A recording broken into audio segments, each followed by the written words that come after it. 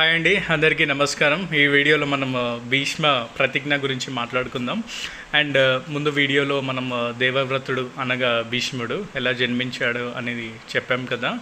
ఇప్పుడు ఈ వీడియోలో దేవవ్రతుడు అంటే భీష్ముడు ఎందుకు పెళ్లి చేసుకోకుండా మిగిలిపోయాడు అని దాని గురించి చెప్పబోతున్నాం అన్నమాట.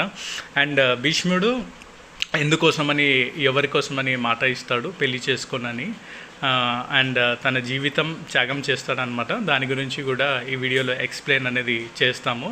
అండ్ కంప్లీట్ వీడియో చూడండి. అండ్ లాస్ట్ వీడియోలో మనం గంగాదేవి గురించి మాట్లాడుకున్నాం అనమాట. అప్పుడు గంగాదేవి తన కుమారుడిని శాంతనుడికి అప్పగించి మాయమవుతుంది. అండ్ శాంతనుడు తన కుమారుడిని చాలా ప్రేమగా చూసుకుంటాడు. కొన్నేళ్ల పాటు తన రాజ్యానికి తన కుమారుడిని యువరాజుగా ప్రకటించాడనమాట. ఇలా 4 ఏళ్ళు గడిచిపోయాయి.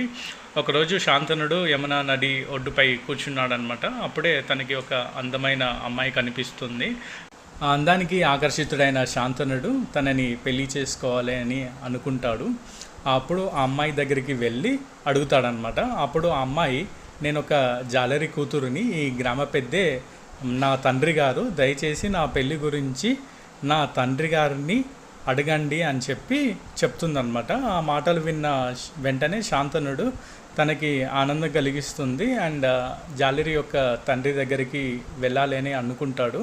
వాళ్ళ జాలరి యొక్క తండ్రి దగ్గరికి వెళ్ళి, మీ కుమార్తెని నాకు ఇచ్చి పెళ్లి చేస్తారా అని చెప్పేసి అడుగుతాడనమాట శాంతనుడు. అప్పుడు ఆ జాలరి, మీకు ఇచ్చి పెళ్లి చేయడంలో నాకు ఎలాంటి అభ్యంతరం లేదు, కానీ మీరు నాకు ఒక వాగ్దానం చేయాలి అని చెప్తాడనమాట. అప్పుడు శాంతనుడు, కేవలం వాగ్దానమే కదా, చేస్తా అని చెప్తాడనమాట.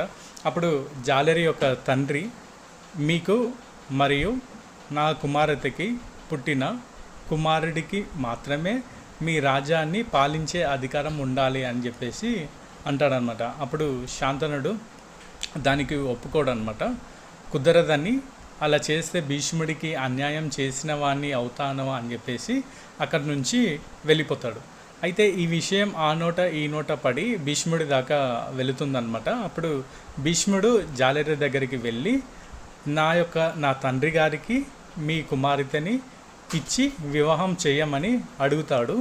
తన తండ్రికి చెప్పిందే తనకి చెప్పి, మీరు కాకుండా ఆ రాజ్యాన్ని తన మన్మల్లే పాలించాలి, అలా అయితే ఒప్పుకుంటాని అని అంటాడు. దానికి భీష్ముడు మాట ఇస్తాడు, జీవితంలో పెళ్ళి చేసుకోను, పిల్లల్ని కనను అని. అలా పెళ్లి చేసుకోకుండా బ్రహ్మచారిగా మిగిలిపోతాడు. తర్వాత భీష్ముడు తన తండ్రి గారికి మరియు జాలరి కుమార్తె అయిన సత్యవతికి పెళ్లి చేస్తాడు.